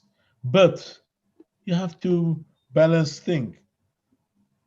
If it's something expensive, if you are going to sell an apartment and raise prices by 5%, that's worthy. But if you're going to sell tomatoes and raise prices by 2%, what do you have from it? From 1 kilogram of tomatoes, you better sell them, whatever price you have. So the same thing with the job. Ask yourself, how much time you are going to invest into it, and what you are going to get out of it. Is it worthy? Oh, no. So I'll get a job and I'll try to build myself inside. That's another way. Be flexible. Ask yourself questions. You want to do something? See if it's worthy or not. You can't enter the enterprise and you think it's interesting, you can always bail yourself out. Nobody stands there with a gun and tells you have to stay. If it's a really nasty, bad operation that makes you upset, bail yourself out. You are young. Go out and find something else. They are not the only one in the market. Should be flexible. And when they ask, and when this next boss asks you why you left, you know exactly why you left. Not that your qualifications weren't there, but because the boss acted in a certain way. The environment there was bad, and you can give examples. And you can. What about sexual harassment? A woman suffers from sexual harassment at one place, and she decided to leave. She's not going to complain. Goodbye. I don't want to stay there. You come to a new place, and they interview you. And first questions they are going to ask you: why you left? Your previous job. You say, I was harassed. I didn't even wanted to place a complaint. I said goodbye and left. Now it depends. If the boss is also nasty, he won't hire you because he knows that you are going to complain about him, that you are sensitive about it, that you are not going to compromise. But if the boss is somebody who really cares for his employees, who really care for his employees that won't be harassed, said, okay, that's good that you left. Come over there to me. So It's not mechanic. Nothing is mechanic. At the end of the day, there is always we are all human behind the scene, and we human move the economy. It's not artificial intelligence that moves the economy forward, that moves the business forward. Thank you very much, Doctor. So I think at this time we will quickly like to take 1 or 2 minutes break so that we entertain ourselves with a video that will be played from the control room now. So please let's exercise patience and let's stay tuned while we enjoy the minute or two video that will be played now. Thank you everyone for taking our time to be here. We are going to return in a minute or two. Thank you.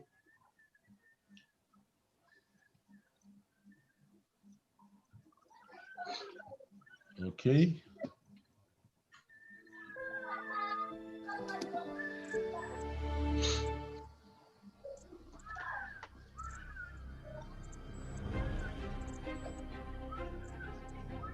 Hello everyone, my name is Bamidele Idris. I founded Get Jobs in 2017, a fast-growing job platform in Nigeria with the desire to bring job opportunities and career development to every unemployed youth. In Nigeria, where unemployment is currently pegged at 23.1% and may hit 33.5% in 2021. This is according to Nigeria Employers Consultative Association, NECA. I set up this group to bridge the gap between employers and employees. We started this group in 2017 with just 10 members, and we have risen to over 25,000 members in August 2020. We have over 300 documented job successes. Get Jobs has partnered with over 20 organizations and several top professionals. According to Mark Zuckerberg, the challenge for our generation is creating a world where everyone has a sense of purpose. To keep our society moving forward, we have a generational challenge to not only create new jobs, but create a sense of purpose. Thank you. Thank you everyone for staying tuned. And before we went for the break, we were taking questions, and Dr. Isaac was giving answers to them. So the video basically was just to give us better insight into what Get Jobs is, as many of us might have been questioning. So quickly now, we are going to take the few more questions that we have while we consequently call it a day. So the question here, Dr. Isaac, is that the person says that I lost my job as an engineer and I have not been working for the past 6 months. I have a wife and 3 kids. Please advise me as I have lost all forms of hope. So in 2-3 minutes so that we go into the next question, sir. Okay, let me share with you a story. I met a couple with 2 children in year 2000. And the gentleman told me about his story. 1987, there was a crash at the stock exchange in New York. The gentleman lost all his money. Most probably he went into debt. He had to divorce his wife. And on top of it, he was diagnosed with cancer. The worst you could expect. He went to his rabbi and asked him, what should I do? So the rabbi asked him, what is your job? He told him, I'm a stockbroker. And how you run your business? He told him, with my mouth as with my brain. So I told him, your mouth, you still have it?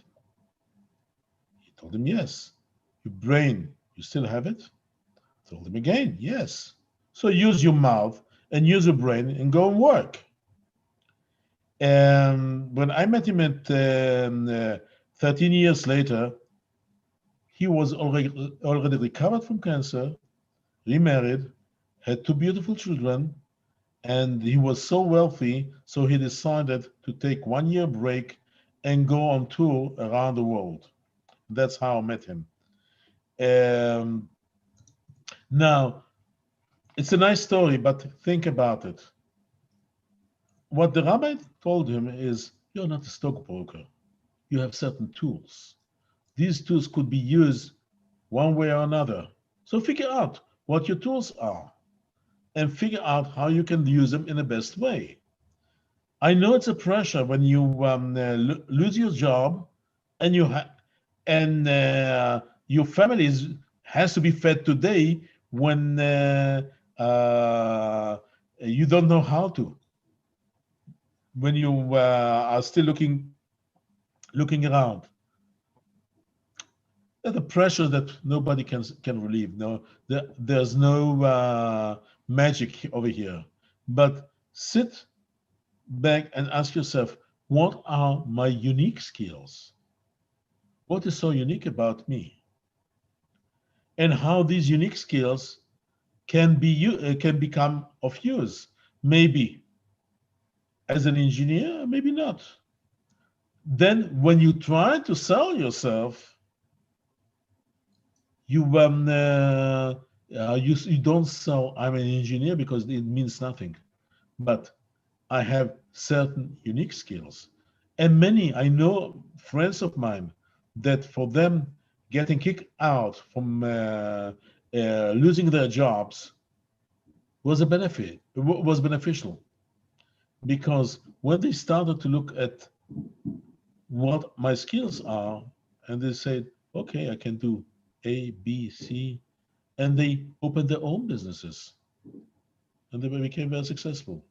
So again, another saying from one of the greatest rabbis is, losing courage is losing completely everything. Don't lose courage.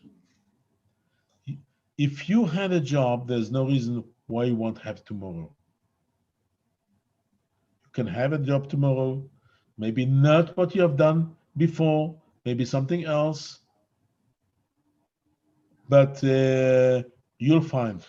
If you are courageous, you'll find something. I'm sure about it. And I wish you good luck. Thank you very much, Doc, for that. So there's a question here also. The person says that when a job is posted with different descriptions, so the job description specifies that there are 4 skills that is needed for that particular job. But the individual is able to just meet with 3 out of the 4 skills required for that job.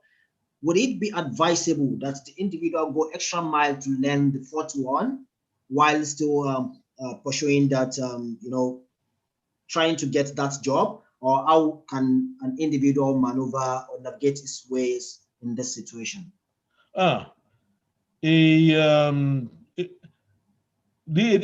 First of all, it depends, because we have today all kind of recruiting is not done by companies. It is done by recruiting agencies that run all kind of software machines to sort out CVs. And most probably, when you send a CV that doesn't fit exactly to the job descriptions, you are going to fall out. Unfortunately, because it's wrong, in my opinion. If you manage to get to speak to people, there's no reason why you won't apply. And I had unfortunately passed away. One of my best friends. I asked him, how did you arrive to this job that he became the general manager of a very important company companies here in Israel? And he told me they asked for experience, for 5 years experience or 20 years experience. He was far too young to have this much of experience. But he came to the owner and told him, okay, right now I don't have 5 years of experience. But if you wait 2-3 years, you hire me and you live 2-3 years, I'll have this 5 years of experience. So why not starting now? You have to have guts to say so. He was hired. So one advice that I can give you about those recruiters, these are people who get a recipe from the company and tell them to sort out. I don't know. They have one job and they have 1,000 applications. The company doesn't want to interview 1,000 people, so they tell the recruiters to sort it out or to come up with a short list of who knows 10, 15 people at most, and they have all kind of systems. For example, that they pick up only the 5th CV from the pile, 5th, 10th, 15th, and so on, and the rest is thrown to the garbage. Or they check those CVs that are checked only between 9 and 10, and the rest goes to the garbage. So you might have the best CVs and your CV and you fail. But when you look at the job, when you look at the job description, the job description is always flimsy, is always too wide, too unclear. You are a professional. You know how to ask questions. So call, instead of going and figuring out at the company, call the recruiter and tell them, listen, I want to apply, but instead of wasting my time applying to this job and hoping that eventually I'll get an interview and so on and so forth, I have several questions that I would like you to answer. And try to figure out those questions that you know that the recruiter can't answer. And be nasty. Keep on asking them, do you have an answer for me? And they tell you, I can't. I have to ask the company. So go and ask them. And if you ask, and the questions are good, that means you give them exactly what you want to know. I want to know this, and I don't want to know that. And what you'll have to do is to give a call to the company and come back to you. Give a call, come back to you. How many times do you think he is going to do it? And meanwhile, the company will know you. Will know there's somebody who knows to ask the right questions. So at the end of the day, you have a chance. I'm not, again, there's no guarantee. You don't know what the job is and who the boss is and how they are going to recruit. But somehow they'll say, you know what? I'll put you on a short list and stop with all your stupid questions. That's fine. That's what you wanted, to be on the short list. You wanted to be interviewed by the company. You wanted to be out of the lucky 10, and it's all luck, out of the lucky 10 that were interviewed for the job and not out of the thousands that apply for it. You have all the time looking for opening. Think about what you want to do. Think about what your purpose in life is, about who you are and how you want to express yourself, and how you are going to express yourself through the job that you are going to do in the company, whether you can or can't. Think about the person that is there in the company. Look always for opening, and the opening is when you meet people, when you can talk to people, when you can instill doubt, when you can ask questions beyond. Not looking at the list, they ask for 4 qualifications, I have only 3. Oh, it's not for me. This is not the Dr. way. Isaac, I think we can quickly merge what you're saying now with this last question, which is that what are the opportunities abound for African professionals in Israel? So maybe you quickly just make a merger between the two. Okay, opportunity that right now with the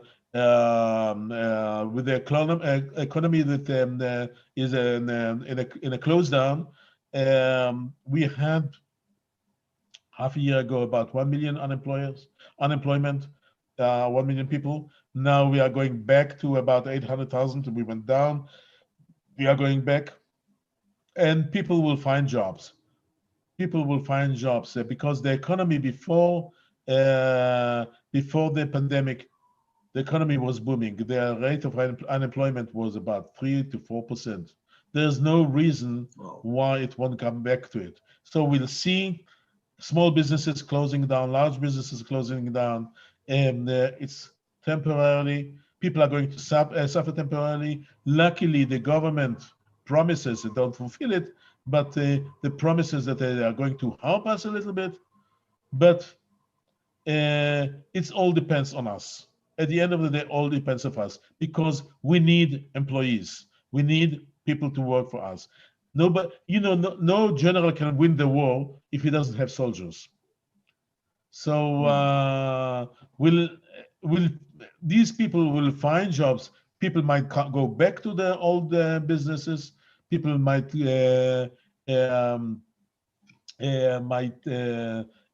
switch businesses. My daughter-in-law started an initiative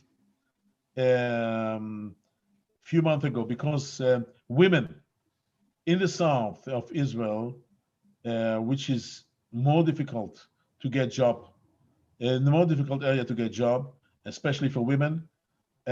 She started a WhatsApp group. And WhatsApp group is good because it's limited to, I think, to 240 people per group. And you become a member of the group, and whenever there is an opening, she posted it.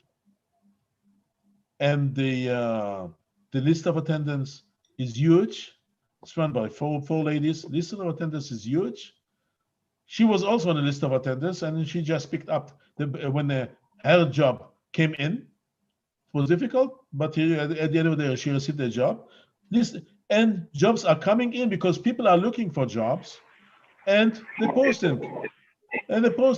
And you just look at this WhatsApp group, and you see names keep on changing because some found jobs and some new entered. And they left. Wow. So if there is unemployment, part of the unemployment is to take a picture as it is now when certain companies decided to put off employees, and certain businesses didn't find the employees that they need. So it's temporary. So just try to be part of this dynamic. You'll find the jobs are there.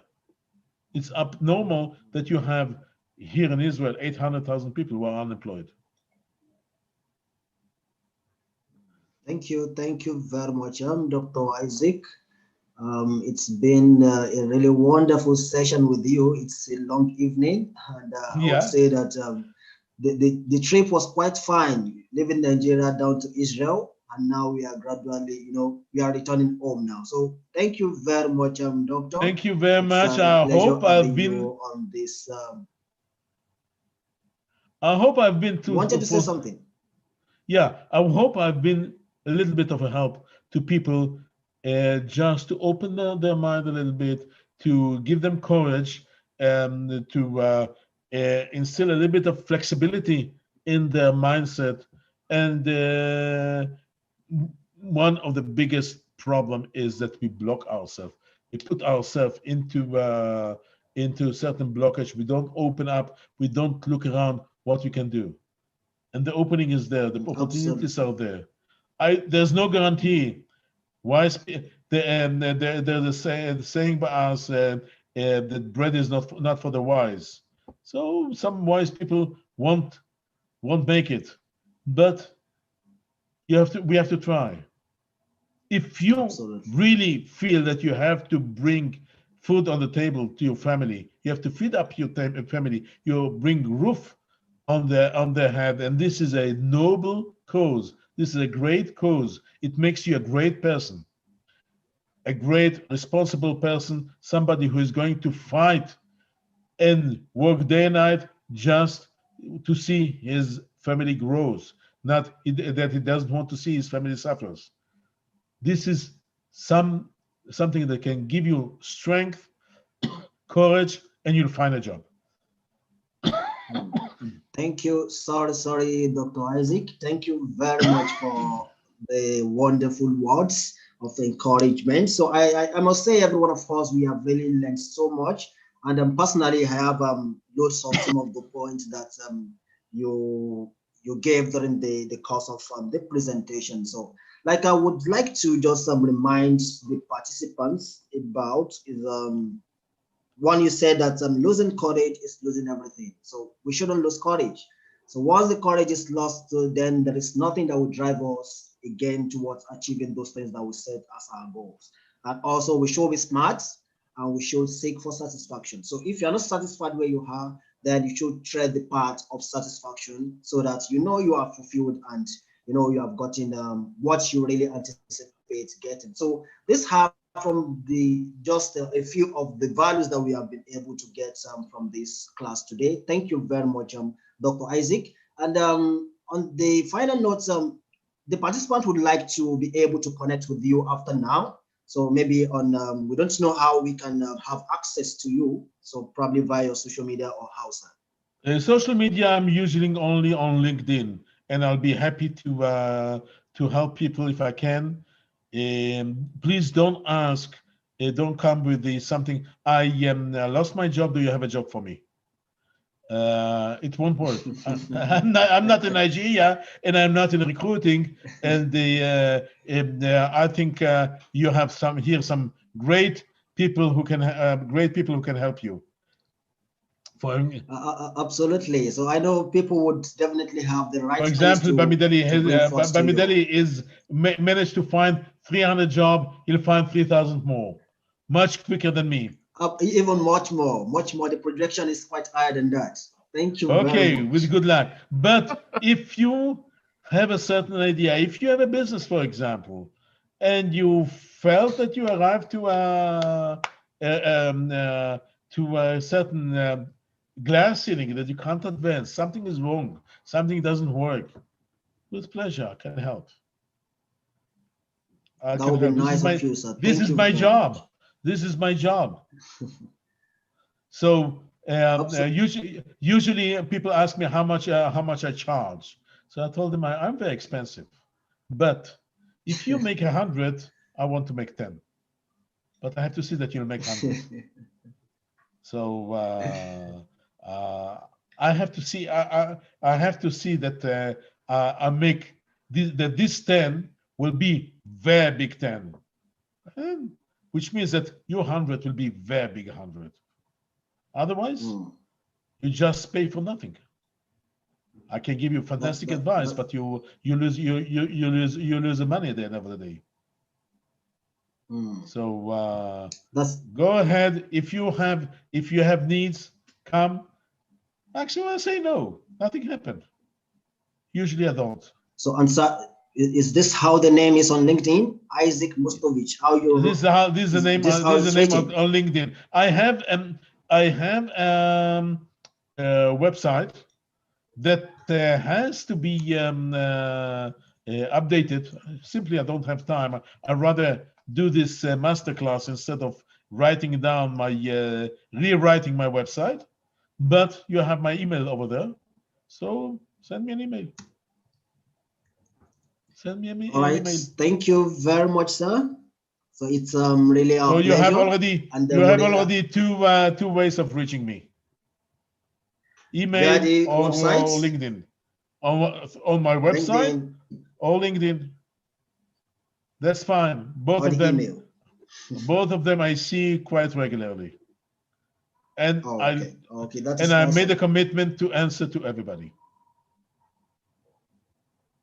All right. Thank you very much, sir. So now, briefly, we have some words from the founder and the chief host for the Get Jobs platform.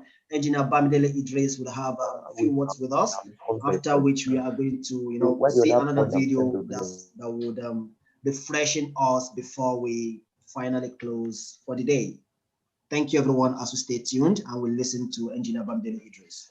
Thank you so much. Thank you so much, Mushin. You have been wonderful. Thank you so much. I see that Madam Ayanda is proud of you. Thank you so much for the moderation of this program. I believe Madam Ayanda will have something to say. Metzuyan, I hope I got it right. Medzuyan. Yeah. Dr. Isaac. Thank Toda. you. I would want to learn that too. Toda. So, who taught you this? Well, I have to learn it since you are here. Yeah, but who taught you this? No, it's all over social media. If you want to learn any language. Yes, so I learned Medzuyan. Okay. That's good. Yes. Madam Ayanda, I know you are there somehow, and I want to put you on the spotlight. What do you have to say, Madam Ayanda? Is she there? She should open the video so we can see her face. I want to put... Good evening, everyone. How are you? And thank you for amazing session, Dr. Isaac. It was really great session. It's almost 10 p.m. in Dubai, so I'm not suitable for video right now. Okay. It's all right. Yes, but it was worthwhile waiting for the session. It was a good session, very insightful, even for myself. And I could see from the questions that people really were intrigued by the session. Thank you so much to Get Jobs for organizing this motion. You did such an amazing job. So proud. Well done. I think you've taken over my job now. I don't have a job anymore. So well done, really. Dr. Isaac, thank you so much. We hope to have you again. You're welcome. Thank you to Babatunde as well for bringing you on board. It was a fantastic session indeed. Thank you, engineer, for organizing it. And I think everyone really made a lot of value from it. Yes, thank you so much. MasterClass initiatives, I know you're there. MasterClass, we're actually doing this in conjunction with MasterClass initiatives. So for those who would need to know about MasterClass initiatives, just go to LinkedIn and type in MasterClass initiatives, and you get to know more about the sessions. And I believe, Dr. Isaac, you've been hitting the nail on the head, and I have just one video to end this whole session. And the video is a summary of virtually everything you have been saying. I hope you don't mind me sharing it. Oh, with pleasure. With pleasure. Okay. On one condition. If it's, I'll let you know. If it's good, I would like to have it mailed to me, or sent over to me. So you are going to have it. Everything you need, you will have it. Okay, great. So we are. So that for you. Thank you very much. So just a minute.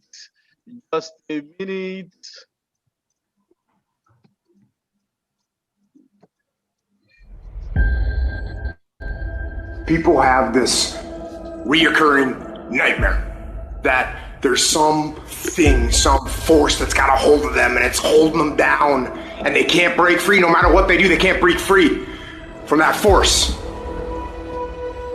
Well, I'm here to tell you that that thing in your nightmare, that thing that's holding you back, that thing that's dragging you down, that thing is you. There are two fundamental attitudes toward life and its sorrows. Those with the first attitude blame the world. Those with the second ask what they could do differently. It's much easier and much more gratifying to your basest desires to blame someone else for your misery. You know what's so funny? We want people to make guarantees to us, but we're not willing to make guarantees to ourselves. And that's the problem with some of you. You always want to blame other people.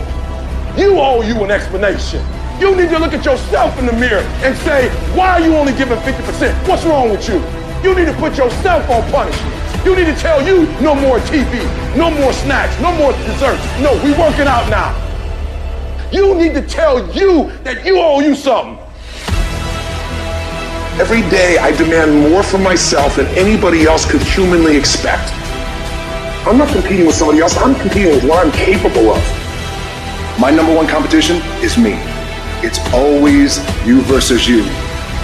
You gotta be the one to get up every morning, be disciplined, put in the consistent daily hard work, because that gains success. No coach, no trainer, no mentor, no boss can do it. You versus you. I value myself enough to give 120% or don't do it. There is no excuse for not living up to their fullest potential. No excuse. You walk out of this room, you owe yourself. I didn't get here making excuses. What changed? I changed. And I stopped being a victim. I stopped saying, I've got to wait for good things to happen to me. And I said, I'm going to grind. I'm going to fight. I'm going to work. I'm going to press toward. I'm going to learn. I'm going to do everything in my power every single day to become a victor and not a victim. Why? Because I owe it to myself. Can't nobody stop me but me. Oh, that's great. Awesome. Awesome. I hope you loved it. Yeah. Amazing. When is The Rock Amazing. going to appear on your? Very, very soon. We're going to Nollywood. But it's a good reminder. I buy every word of him, and he's a proof. Yeah.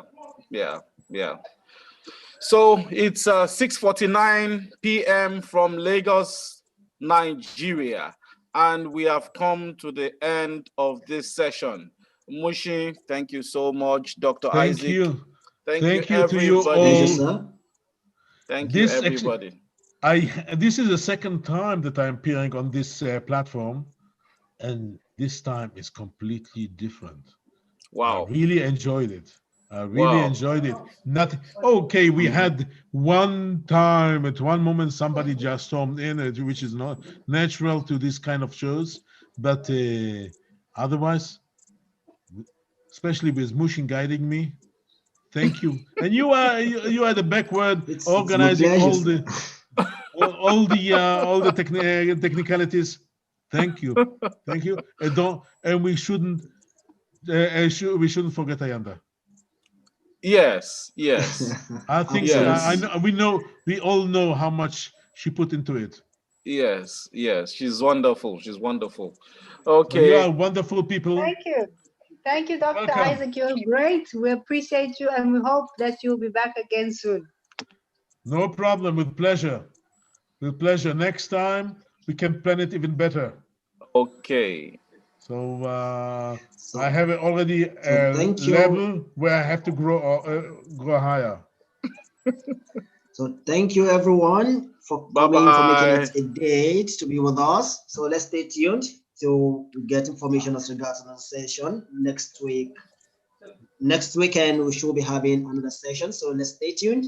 And we shouldn't forget to follow Get Jobs, Minds Connect, MasterClass Initiative on all the social media platforms, so that we'll be getting prompt information as soon as they are released.